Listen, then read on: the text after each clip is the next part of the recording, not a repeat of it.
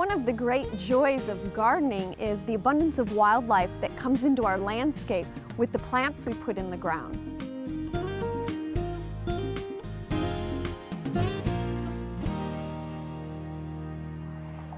It's a pleasure to be back on Oklahoma Gardening as we celebrate 50 years. During my time as host, I welcomed a variety of guests from across the state to talk about gardening for wildlife. And I've adopted their lessons as I build my own home garden. And I've primarily focused on bringing in a lot of birds as well as pollinators. Now, every wildlife garden begins with three things: food, water, and shelter. And so as you design your garden, you want to think about those things. Let's start with shelter. If you look at any natural habitat, you find layers of vegetation. And this is true for forests as well as grasslands. So my garden, I'm mimicking the forest edge. And I start with an upper canopy of trees, step down to understory trees and shrubs, and then an herbaceous layer closer to the ground. Now, I started building this garden in 2021 after I lost a huge cottonwood tree to an ice storm, and I wanted to replace that with a tree that had great wildlife value, and for that, you cannot beat oaks. So we settled on a Shumard oak. It's relatively fast growing for an oak. It's also a really good urban tree if you're in an urban area and wanting to build a wildlife garden. I also have a black locust. This is one of the few trees that was here in this area. It was just Bermuda grass and a couple of trees.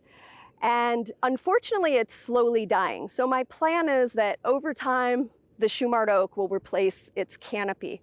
In the meantime, the woodpeckers absolutely love it, and the spring blooms are incredibly fragrant and always buzzing with native bees. Next, we have a shrub layer, and here I have plants that have different types of wildlife value, including shelter and particularly fruits. That's something I paid attention to because I'm really interested in attracting birds as well as pollinators. So on my right, I have an American elderberry. It's pretty much picked over now, but those summer fruits were a favorite of a variety of birds. Right now, this American beautyberry is at its prime, and those gorgeous purple fruits are going to feed catbirds, mockingbirds, wood thrushes, and other songbirds. Behind me, I have a leatherleaf viburnum, and I chose this one because it's semi-evergreen. It's really important to incorporate some evergreen structure into your wildlife garden, particularly to provide roosting sites over the winter. Now, in other areas of the landscape, I have hollies, and our entire property is bordered by red cedar. And that's where most of the nests in our landscape are found. The trees are always buzzing with birds, and those blueberries feed a variety of songbirds, of course, cedar waxwings, but I've also seen cardinals, mockingbirds, and even yellow-rumped warblers feeding on those berries. And I have some milkweed here. It's not looking its best because it's done its job. It's fed the monarchs and a variety of other insects. I grow it also for the nectar-rich blooms, but this time of year, one of my favorite nectar plants is Greg's mist flower. And last year, there were at least half a dozen monarchs flocking to it as they migrated south for the winter.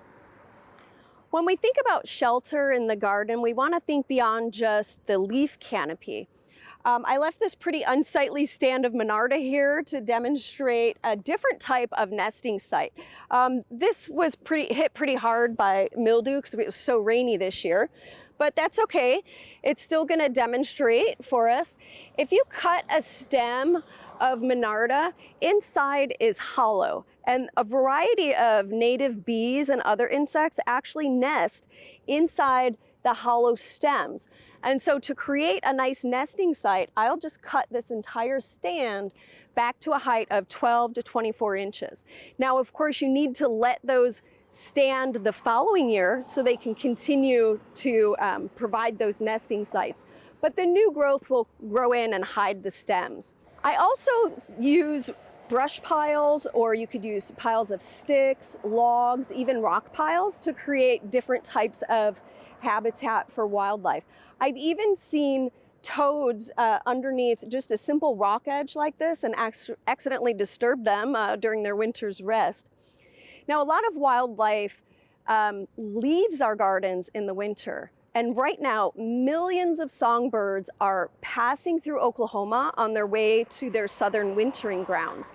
And we can support those by planting native fruiting shrubs and trees. And one of my favorite for that is this Carolina buckthorn. It has these beautiful black berries. It also has nice glossy foliage, which is about to turn golden yellow for fall. So this is a wonderful plant to support our migrating birds. Let's go look at some plants that support migrating hummingbirds.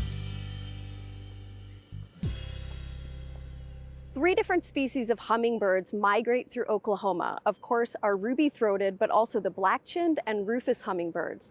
Now we could support those by putting out feeders, and if you do that, keep them up through the end of October or 2 weeks beyond your last sighting of a hummingbird. I prefer to let Mother Nature do the work, so I plant a variety of nectar-rich plants in the garden to support hummingbirds. These abelias here have been blooming nonstop all summer long, and they show no sign of stopping. They are visited by bees, butterflies, and of course hummingbirds. I also have a variety of salvias planted throughout the landscape. These are beloved by hummingbirds as well as butterflies. And one of my favorite hummingbird plants for fall is the Turk's cap. I love those beautiful red blooms. And the plant is really hardy. It adapts to a variety of settings from shade to sun. If you're interested in learning more about wildlife gardening, the Oklahoma Department of Wildlife Conservation has some wonderful resources on their website. Well, thanks for visiting me in my home garden, and happy anniversary, Oklahoma Gardening.